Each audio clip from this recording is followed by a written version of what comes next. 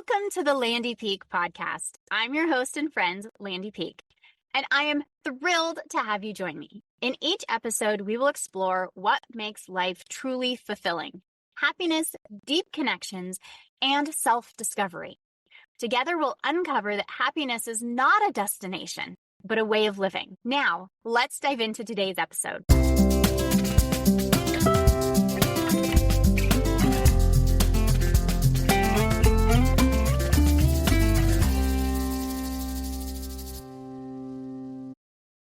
Hello, and welcome back to the Landy Peek podcast. This is your friend and host, Landy Peek, and today I am thrilled to introduce you to someone whose mission deeply resonates with my own.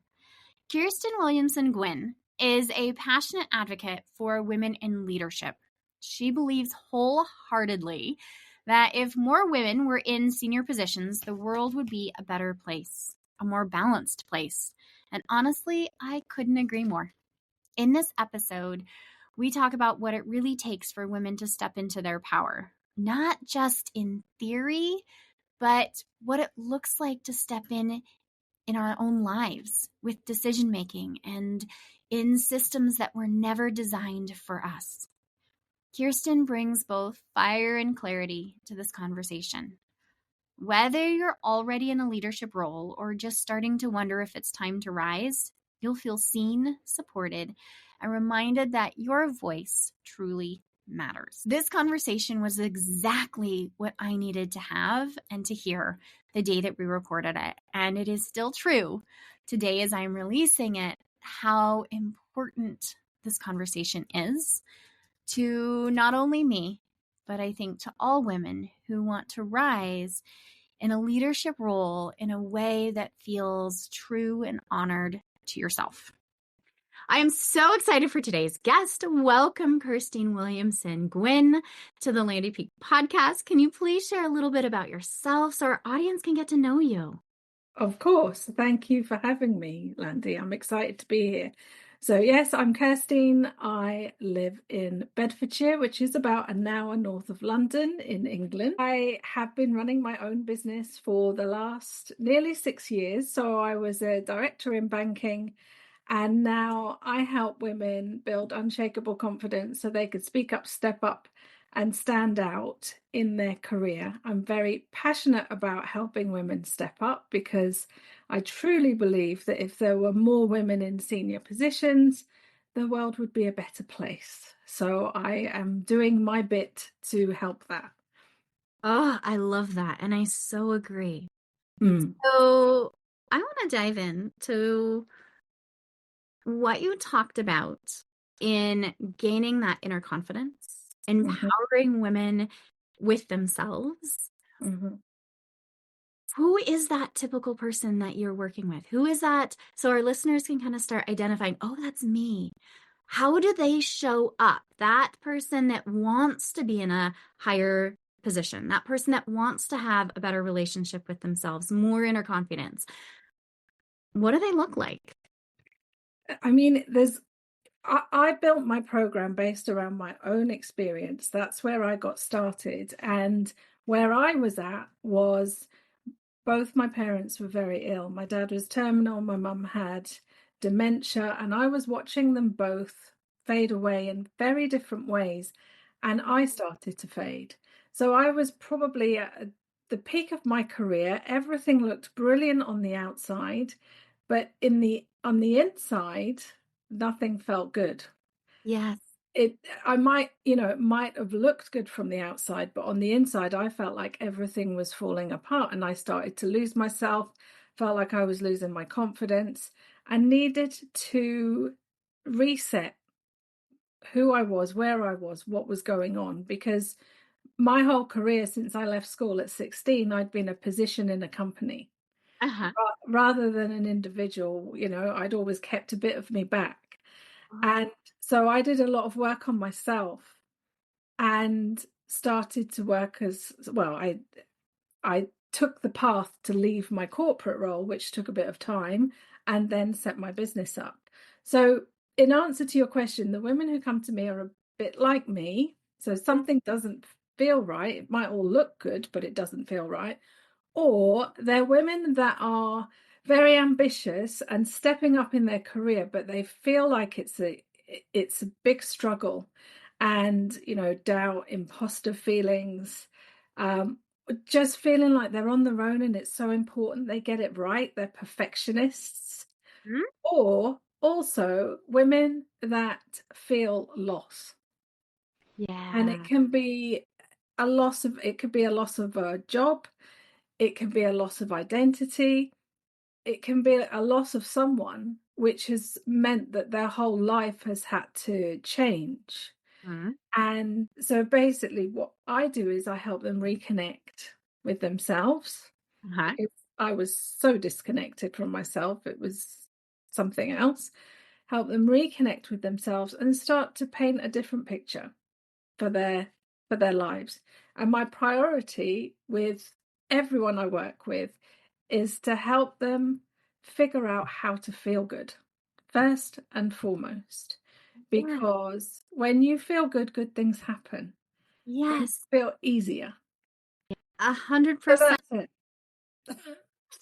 So You have not a quick described, answer. not a quick answer, but you have described so many women that I know, including myself, where we do a lot of women that I know and work with, and we look really good on the outside and Yeah. we're falling apart on the inside. And then we Yeah. might have something big that happens in our life and it really derails us. Yes. And I love that you're coming back to you have to feel good within yourself. And that is the essential first step. Yeah. So, what do Yeah. we do when life seems to be crumbling on the inside, even though we might be keeping everything together and we have ambitious goals?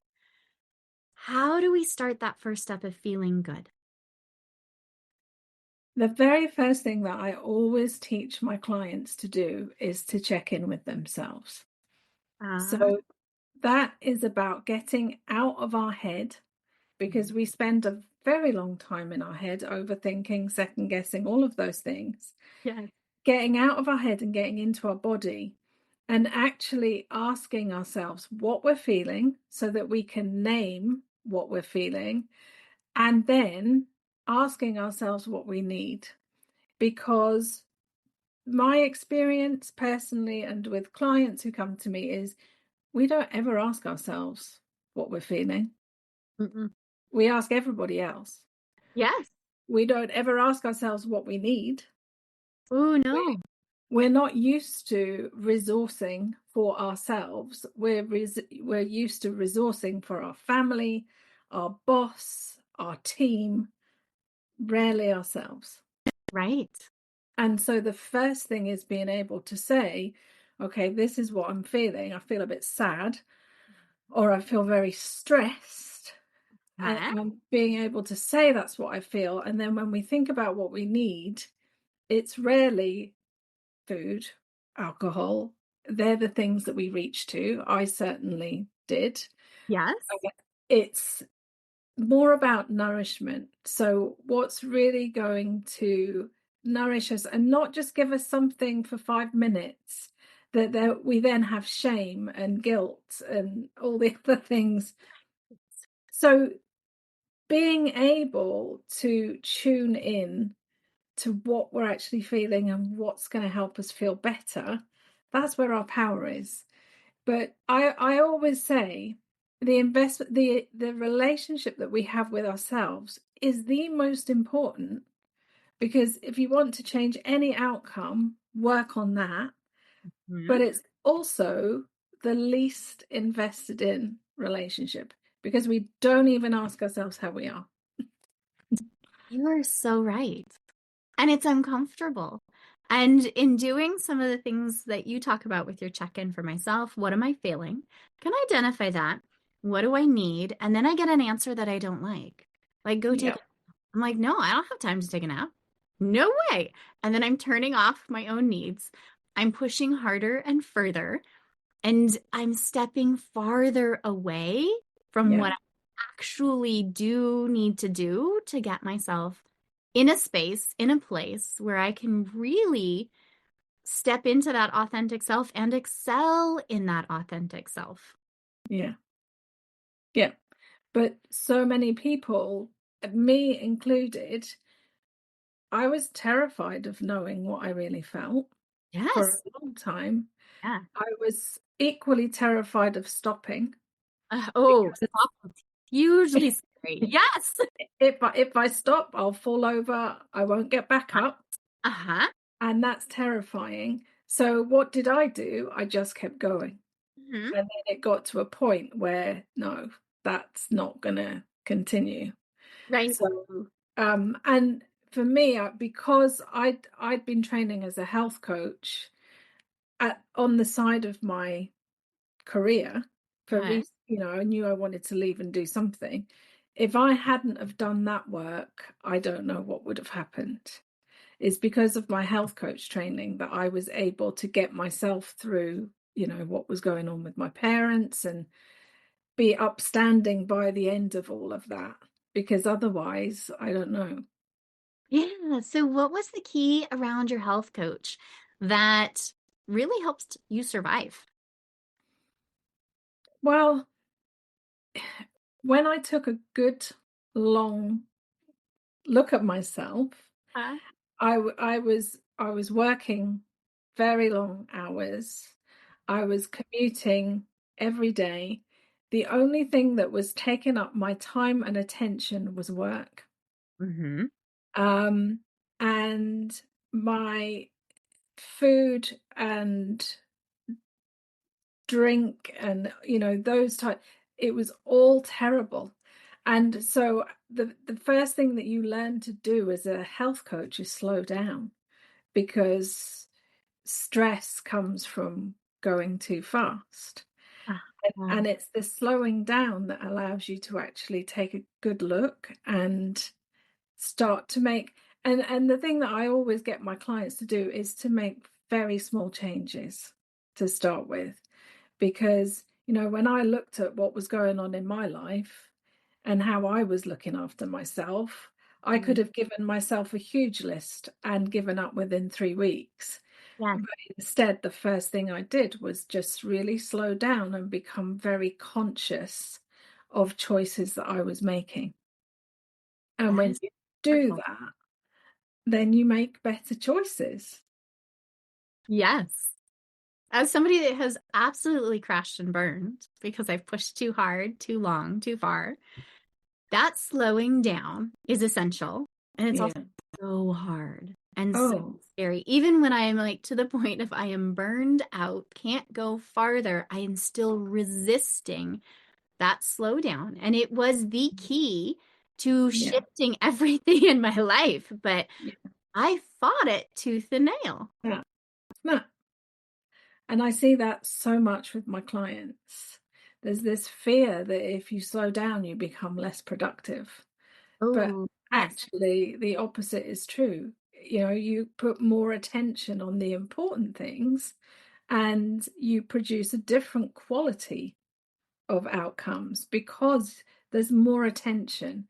My attention was on 15 different things. How was that ever going to be useful? And I didn't even know myself if someone, what was my opinion? I don't know. I haven't been able to think about it. Yes. Oh, that's so big. I love how you came back to the slowing down. We are more productive, but we are producing things that are quality, not just the quantity. I Mm. needed to hear that a couple of years ago because I was like, my self-worth was tied so deeply to being productive, Yeah. to showing up, to, what I remember when I first pivoted from in a business like workforce situation to working at home. And my husband would show up, and my days weren't packed. I was slowing down. I was working for myself. It wasn't that I was a therapist by background. So, I went from client to client to client to client to client to client, and, had 50 clients in a week. And it was just like boom, boom, boom, right? As crazy, Mm. to working from home, really feeling a lot more space and energy. But I remember my husband would come home and I would give him a list of what I did today. And he's like, what are you doing? I'm like, and I did this and I did this and I sent emails and I did this and I did, because I still was tied to, I need value to be productive. And he's, I don't need a rundown of what you did. I'm like, but you have to see that I have value, because I know I spent time at work, but I went for a walk. I took the dogs for a walk, but I also did this, and there's such that, and I can just feel it in me, that energy of like, I have to prove my worth. I have to show up in a way. Nobody's here checking me saying, did you see all of this stuff? And it was such a scary space. And it took me a while before I could just be like, yeah, I had 2 or 3 clients today, and I took the dog for a walk, and I went for yoga. And it wasn't that I had to show somebody all of the to-dos that I did, but this is what I didn't have to, what is the word I'm looking for? I didn't have to prove myself. I could just be. And I stopped, like, now he comes home and I'm like, how was your day? It was great. Mine too. We're not in the, I did this and feeling like I had to keep up. And it's a whole different space. And as I talk about it, I can also feel the cadence in my voice coming back into that energy of like, I've got It's the busyness, isn't it? It is. You have to be busy. You have to be busy. And you don't allow, and I love where you came to, you didn't have time to even think of the responses of the answers of what your beliefs were, because you didn't give yourself space and time. And that's been a huge thing for me in the last year, especially in giving myself space and time and thinking, what do I believe on that? What do I think about that? And it's a whole different presence and energy that you're showing up with. Well, it's how we kind of lose trust in ourselves if we don't have all the answers. Yes. But often we haven't given ourselves the time to even think about the questions, let alone the answers. And then that makes us feel like we're not confident or we can't do it. And it's not that at all. It's that we just need to give ourselves time to think, to figure it out, and then we will. But when you're going so fast, of course, you're not going to. Right. Yes. I had, and now I can't even think of who shared it, but it was a coach or a therapist of mine. I don't know who exactly it was, but they're like, you're spending so much time and energy swimming upstream. If you just turn around and let the current carry you, you'd start to be able to see what's there for you. Yeah. Okay.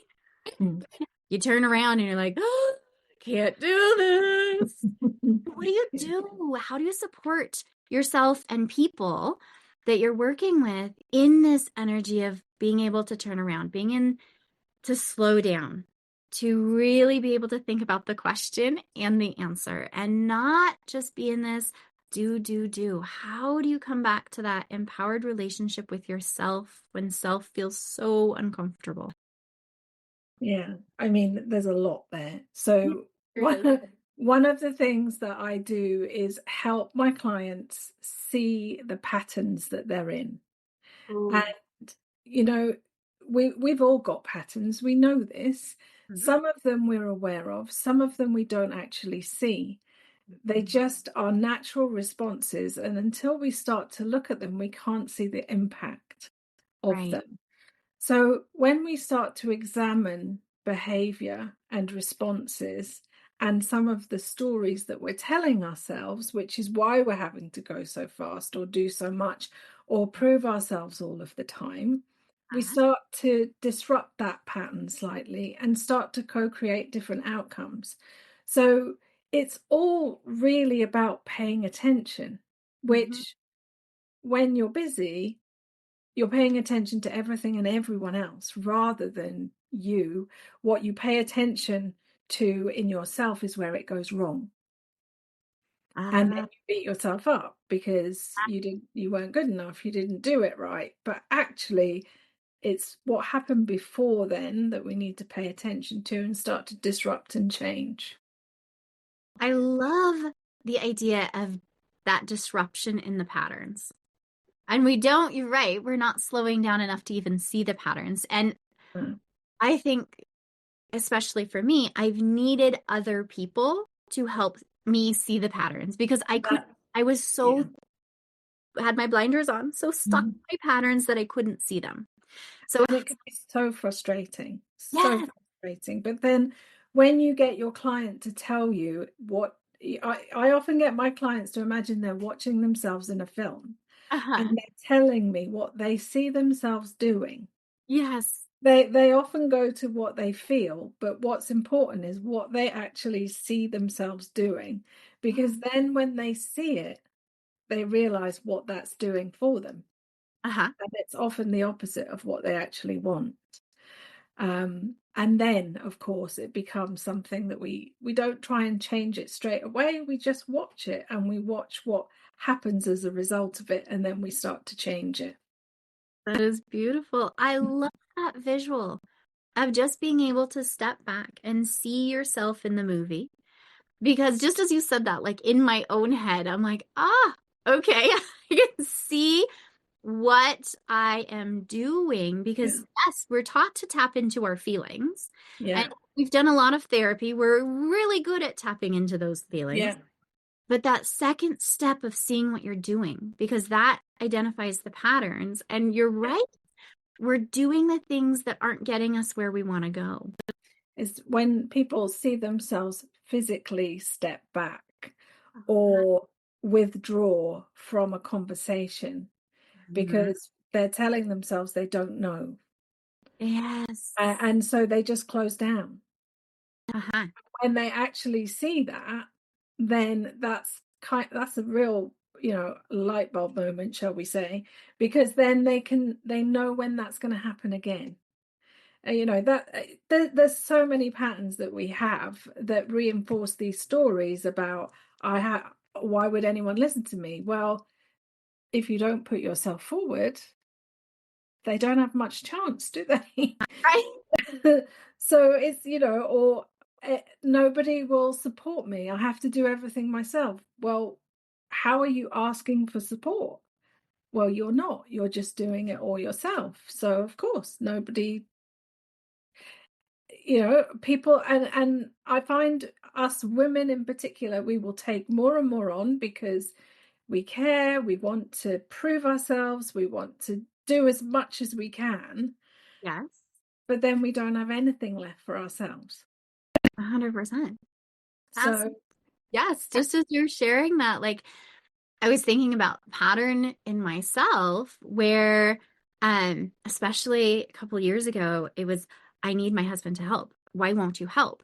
But then every time, and I had to step back because every time he would go to help, I'd be like, you're doing it wrong. I'm just going to do it myself. It's just so much easier to just do it myself than to tell you yeah, exactly what you need to do. yeah. And And that point there, uh-huh, that's the thing. We don't always ask clearly and specifically for what we want. We yes, say things like, we could just use a bit of help. Now, uh-huh, if your husband's anything like my husband, he's very smart, but he will never figure out what a bit of help looks like. You know, yes, yeah. that no, And so we mhm, have to be very clear and specific about what it is that we want, which often we steer away from because we don't want to be pushy, direct, yes. and being, but actually, the best thing you can do is make it easy for people to help you by being clear about the help that you would like. Yes. And it's such a hard thing to step into. And same, I learned with my husband, if I told him exactly what I needed for him to do, including, I need you to give me a hug right now. I mean, life. He'll do it. Yes, of Yeah, course. Like he wants to help. He sees yeah, it melting down and struggling. yeah. So it was, I need the garbage taken out. I need, the dishes done. I need this so that I can then go do this. Like it was done without anything. It was so easy. But And yeah. is that is the same in a work context. Ah, If we are clear with people about the support that we need, so if we're looking for a job or we're looking for some exposure activity, something that's going to raise our visibility or profile or whatever, instead of just saying, can you connect me with someone you know who might be, or oh, just anything you can do to help me, I'll be really grateful. Those types of things. We need to say very specifically, I'm looking for this opportunity in this type of business or whatever, so that people have the best chance of helping us. Oh, and that assertive communication, I was going to say conversation, but it's communication, the assertive communication where you're very direct in what you need. And there's definitely in me going, that feels a little bit much, right? Because being that direct feels like I'm going to be labeled as that bossy girl. Pushy, bossy, but with a big smile. Uh-huh. And lots of warmth. It's because there is that other dynamic at play, that confident and competent women are less likable. Yes. So they need to dial up the warmth. This is so annoying, but studies show this, that unless we dial up the warmth, we're going to be less likable because we are confident and competent. So it's the balance of being very direct, but having charisma and warmth alongside it. So smile, and then people will help. People want to help. They do want to help. And excuse me, when you have that direct communication around, can you do this? Can you share this podcast? Can you, the things that we are very direct in, absolutely, people step up into. But there is that balance in being direct, being warm, being in that space where we are collaborating versus just, for me, it's that I had to really work and finesse I am the director. I am, more harshly saying things because I didn't have that experience. I didn't have that know-how of how do I say something directly without it being bitchy? How do I say something directly without that harsh tone? And having to dial it back. And there is that middle ground. There is this space where I can be competent and confident and have that direct communication and be liked. Yes. And well received. And I didn't know that until recently. And I always wondered why people would say, oh, she's very focused, or she's quite aloof. You wouldn't say that about a man who was very direct and very focused and clear about what he wanted. But as a woman, you're something else. You're opinionated, you're a bossy, you're aggressive. Sometimes if you don't have the warmth alongside the confidence and competence. So what do we do with this? Well, it's incredibly frustrating. I mean, ideal scenario is that we just change history and start to just not worry about any of that. But reality is, if you're a woman going for a job in an interview and you're not warm, but you are absolutely competent and confident, you might well be less likable than the person that, isn't as confident or competent as you. So what we have to do is be aware of it. Okay. And we have to build connection and relationships with people. Yes. So that, when we are that very direct, focused person, they know that, that's just a part of us. It's not how we are. We're not labeled a certain way because of it. Yes. So it's changing, but these are just things that we've grown up with. Society decides about us. These are the double binds that women have to deal with in their career, in their life, expectations that people have of us that they don't have of men. We just have to navigate them for now, and hopefully things will change over time. Fingers crossed they do. And they are, aren't they? But it's very slow. It is. It feels very slow, and it is. It's annoying that we still have to have these conversations, but it is what it is. So we start with that. It is what it is. You're right. And we start with that awareness. And that part is huge. And then how do we step into that confidence that comes with, I would guess most of the listeners, if not all of the listeners, have a high competence in their field. But how do we have that self-confidence? How do we empower ourselves to step into the space where we can be warm and direct and get what we want? One is clarity. So knowing exactly where we want to be, what we're aiming for, that's really important. The second thing is a mindset that, particularly for us women, is crucial, and that is a growth mindset, because studies show that women and girls, when things go wrong, we are way more likely to make it mean something about who we are. So it becomes about our identity Yes. rather than something that we did that we could therefore change. Uh-huh. So for example, I went for a job interview and I had lots of people telling me it was my job, had loads of support, too much support. I didn't do very well in the interview. I made it mean I'm shocking and I can't do interviews. So therefore, I didn't go for an interview for ages and ages. Eventually, I figured out that my approach needed to change, not who I am, my Right. approach. And then I found a different approach and went for it and got the job. That's the kind of thing that we are more likely to make it mean I'm just not very good at this. Yes. Fixed mindset Uh-huh. rather than, okay, I need to sort this. How? How do I do it? What do I need to do differently? What support can I lean on? What Mhm. do I need to learn or refresh or figure out? Huh? And then that's your growth mindset. So that's so important for us, because otherwise we get stuck. Something doesn't work the way we want it to. We make it mean something about us, and then we stay where we are because it feels too scary or uncomfortable.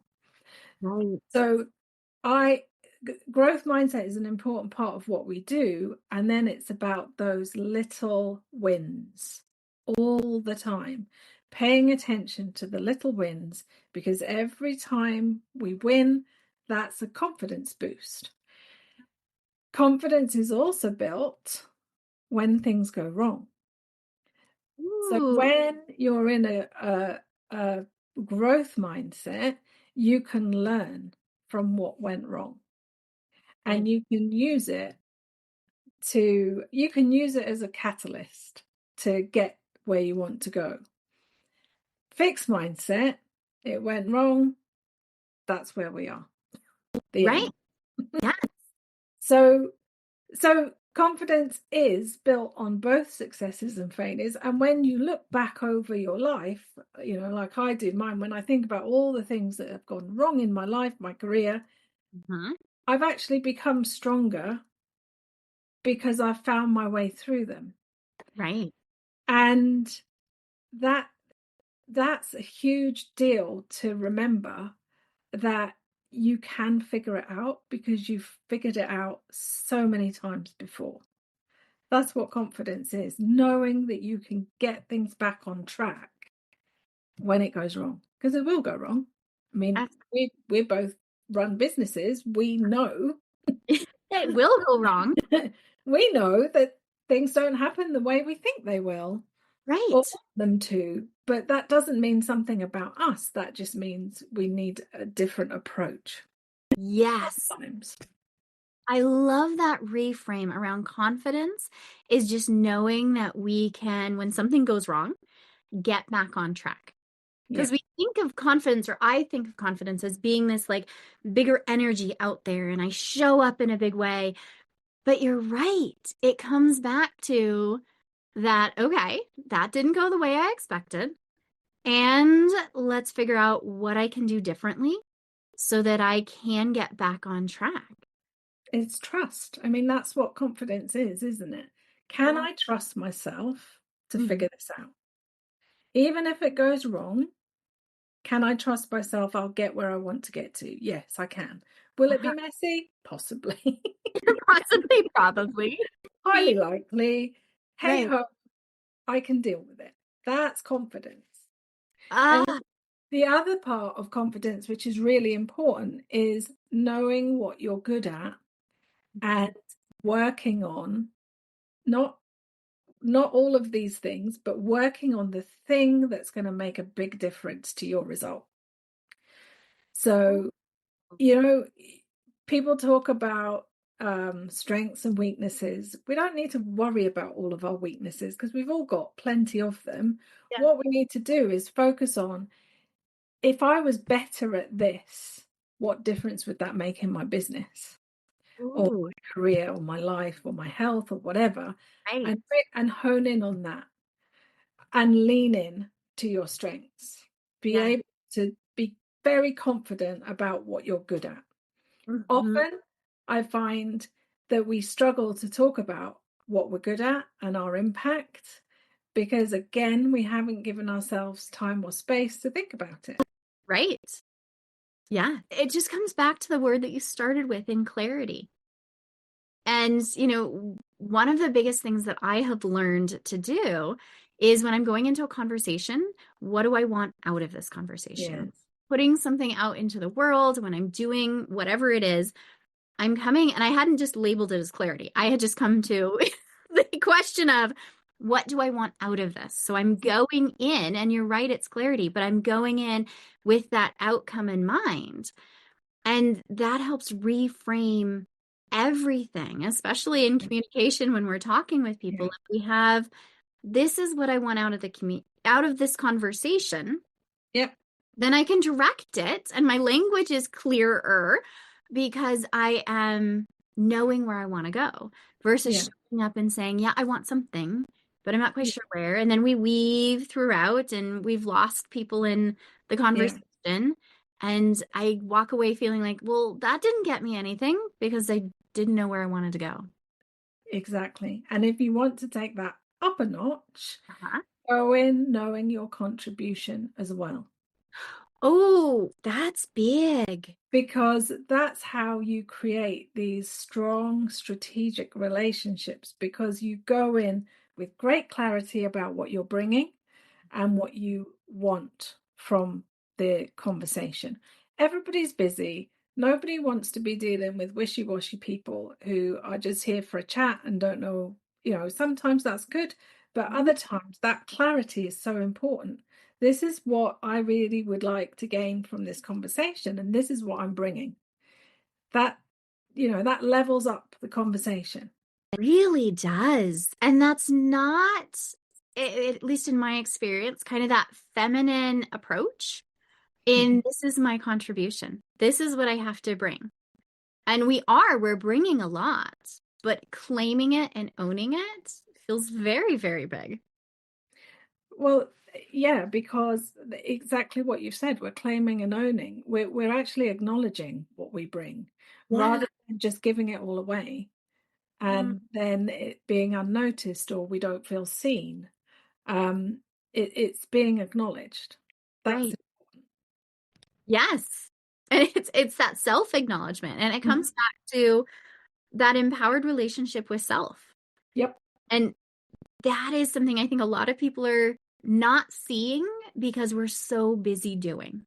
yep, So, absolutely. the advice I'm hearing from you is pause, Yeah, slow down, slow down. start tuning in first, without the thought that we need to change something, but that tuning in, that awareness, that watching ourselves on the movie is so key, because then that gives us the information that we need for the next best step. Exactly. That's incredible. Okay, so as we're coming in with the clarity, as we're leaning into that growth mindset, as we're celebrating our little wins, because we've probably been way too busy to even notice the wins that we're having, what do we Yes, do next as we want to step into the world where we're feeling whole and not broken on the inside, so it matches and maybe shifts what we're seeing on the outside? So what do we do? What do we do next? We've got clarity, so we know where we're going. We start to take those little steps, Right. whatever that is. And the one thing that I see as important, regardless of the steps that we're taking and where we're going, is the people that are around us. Okay, let's So, talk more about that. yeah. So whether it's in your career, whether it's because you're an entrepreneur, whether it's because you're at home with family, Mhm. one of the things that well, there's a study that shows that even the most successful women block their power in three common ways. And one of the common ways that we do that is we isolate. And we have this idea that we should be able to do everything ourselves. The other thing that's important is that when it comes to networking, so if you're in business or you're a professional in a career, your network is massively important. But we often don't make enough time or know where to start when it comes to building that network. To future-proof ourselves, we need to build strategic relationships that, like the conversation about this is what I need, or this is what I'm looking for, and this is what I bring. That's how you start to build these strategic, mutually beneficial relationships. So we need to have people around us that are going to build us up, that are going to acknowledge what we're doing, that are going to open doors, introduce us into conversations. Huh? That's what we have to build for ourselves. It's like we need to build a wall of people that have got us. I love that visual because as an entrepreneur, Rather it than feels oh, just, yes, rather than just me sat in my office on my own, mhm. thinking, how do I do this? Yes, Or, even in my corporate life, I often felt very alone right. because I was the boss. And so, I had a peer group, but there's only so much that you share with your peer group in a very competitive environment. Right. So I often felt like I was on my own. I didn't build my wall. Um, that's so, so, so important. So having people around you that are going to help you continue on your path is crucial, because when it gets difficult, that's when we want to retreat. Right. You're oh my gosh, you have so described me. Oh, because it's me. I know this person very, very well. I mean, the isolation is when things get hard and I do pull back. And reaching out to that network has to be a conscious effort. And as you're talking, I'm like, I need to build a bigger, stronger network because I have a little one that I now have working from home. And I had a bigger Yeah, one when I was out and about in a community. yeah. Well, that isolation is such a key thing, is like, ooh, aware. Especially if you're not getting the results that you want, or you've had some rejection, or you feel like something's gone wrong. That's when we don't want anyone to see us. And when I work with women who've lost their jobs, they Uh-huh. often don't want to tell their community because they feel ashamed. Yeah. But there's no shame in that. It's These people want to help if we let them. So build your network before you need it. That's Okay. always the advice I give to people. Don't suddenly need it today and think, I haven't got a very good one. Right. Yeah. This is something that we need to schedule, like we schedule, you know, our monthly business review or our financial review of the week or whatever. Building your network is as important as that. And that's so huge. As you say that, I'm like, I have my money dates every week, but I am not consistent at showing up at the networking events that I Mm. have because it's like, ooh, well, I'm busy that day, or I'll schedule a client during that time. But my money things are sat in my schedule so I don't overschedule them. But it's that priority. It's really putting in the value in the network. Yes. I thank you so much. I so need to really focus that value. So you had talked about there's 3 ways that we block our power. What are the other 2s? We isolate. We isolate. We repeat old habits, patterns, and behaviors. So we say we're going here, but we keep doing what we were doing over here. Yeah. Not going to get over here. So we need to change the stories, change the habits. We need to get in alignment with where we're going. Mhm. But of course, if we can't see our patterns, it's very difficult to change them. So that's number 1. Number 2 is disconnected from our self and our intuition. And that's about trusting our gut. That's about not outsourcing our Mhm. decisions to other people. We are the best authority on ourselves and our lives. We need to pay attention to what we think. But when we're disconnected from ourselves, we're in our head a lot. Yes. And we know what that can do. That can be very repetitive, very predictable, often very unhelpful. Mm-hmm. So they're the 3 ways that even the most successful women block their power. And this was from a study that Claire Zammit, PhD, did. Oh my gosh. I mean, yes. As you say that, all 3 of them are ways that I have Oh, snap. myself. Absolutely. And her work, I spent 2 or 3 years in her women-centered Institute of Women-Centered Coaching, Leadership and Facilitation, because I read one of her things and thought, oh, that's me. Yeah. All of that's All me. of that. Yeah. I'm right there with you. Yeah.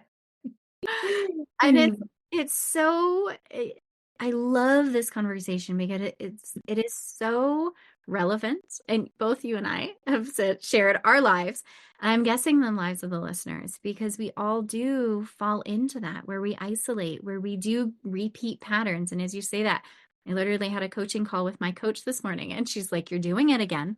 Okay. She's like, "You gotta let that go." But that's my little response of I know how to do this, and this feels safe because I know how to do this, versus shifting into a new pattern, which feels scary.